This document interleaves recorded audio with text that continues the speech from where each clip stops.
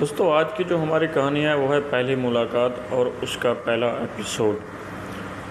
لاہور کی ایک یونیورسٹی میں نئے سیشن کی شروعات تھی۔ ہیرا ایک نہایت سلجھی ہوئی، شرمیلی اور خوبصورت لڑکی تھی۔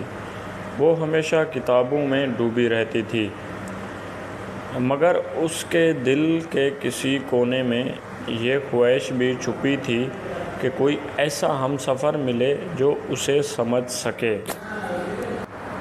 اسی دن کلاس میں ایک نیا لڑکا داخل ہوا، احمد۔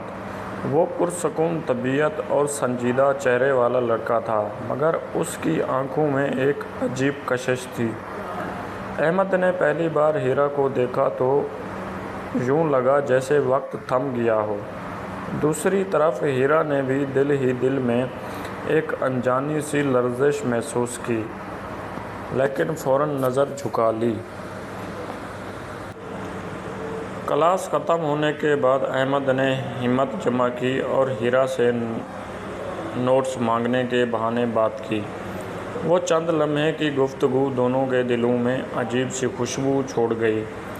اس دن کے بعد احمد کو بہانے بہانے سے ہیرا سے بات کرنے کا موقع ملنے لگا۔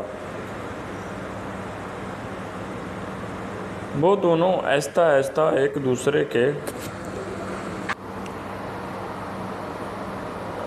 آہستہ قریب آ رہے تھے، مگر ابھی یہ صرف ایک خاموشی آغاز تھا۔